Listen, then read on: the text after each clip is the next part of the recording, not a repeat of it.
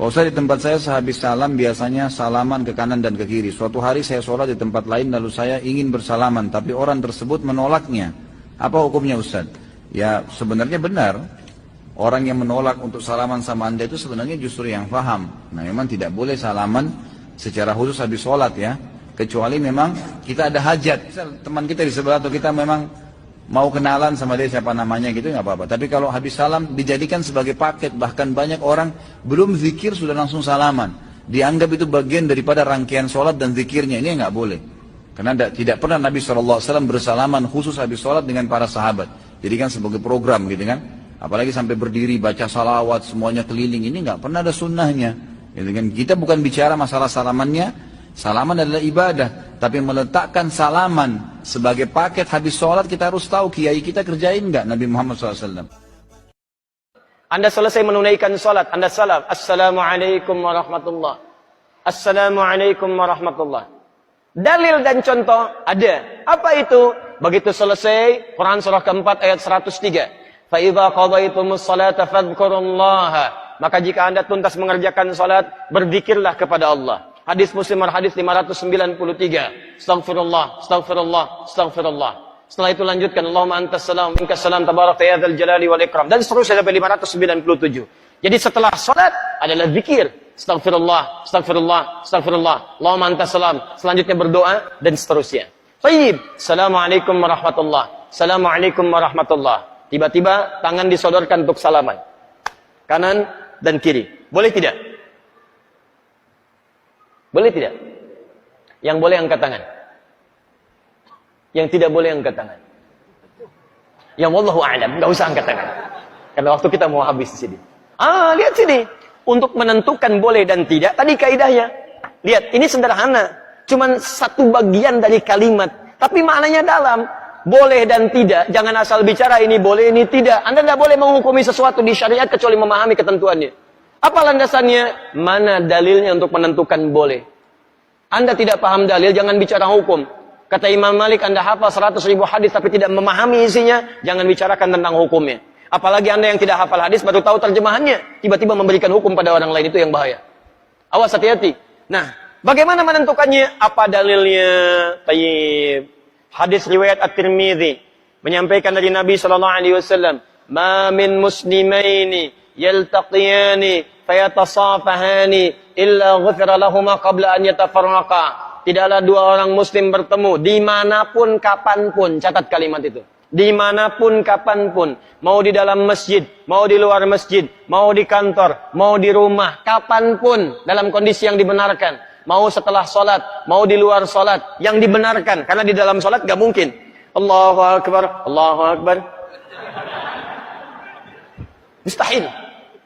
Dalam kondisi yang dibenarkan. Ba'da salat, Assalamualaikum, Assalamualaikum. Di luar masjid, fayatasafahani, tiba-tiba keduanya bersalaman.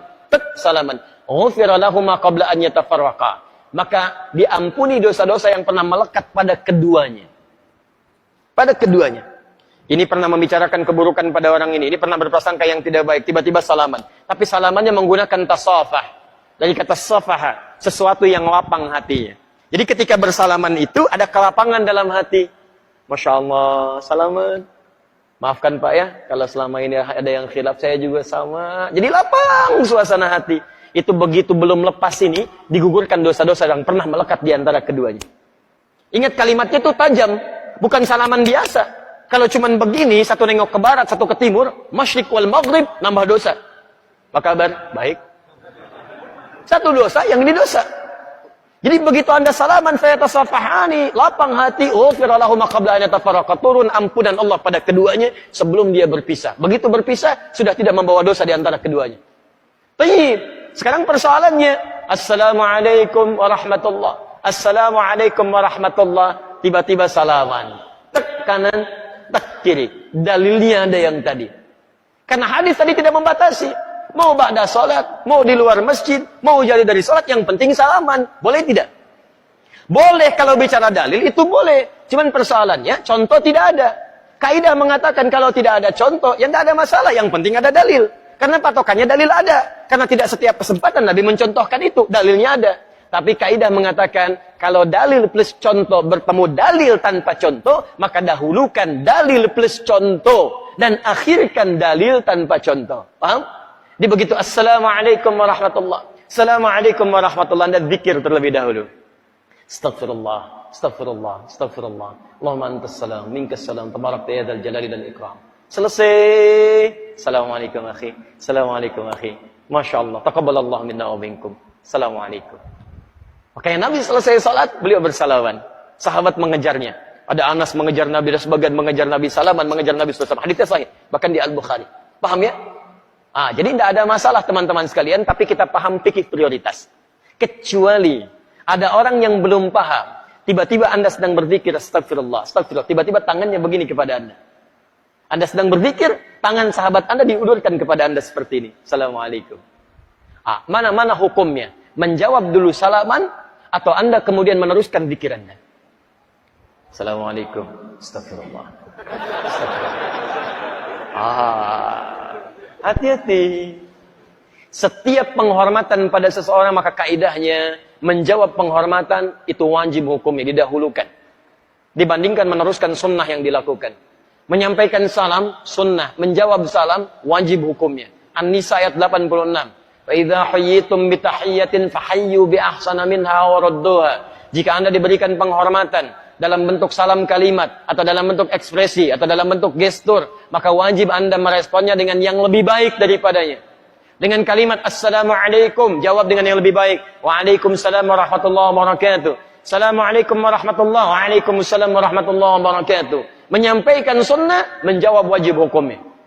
Maka dalam keadaan Anda berzikir, ada orang menyodorkan tangan, respon tangannya. Waalaikumsalam.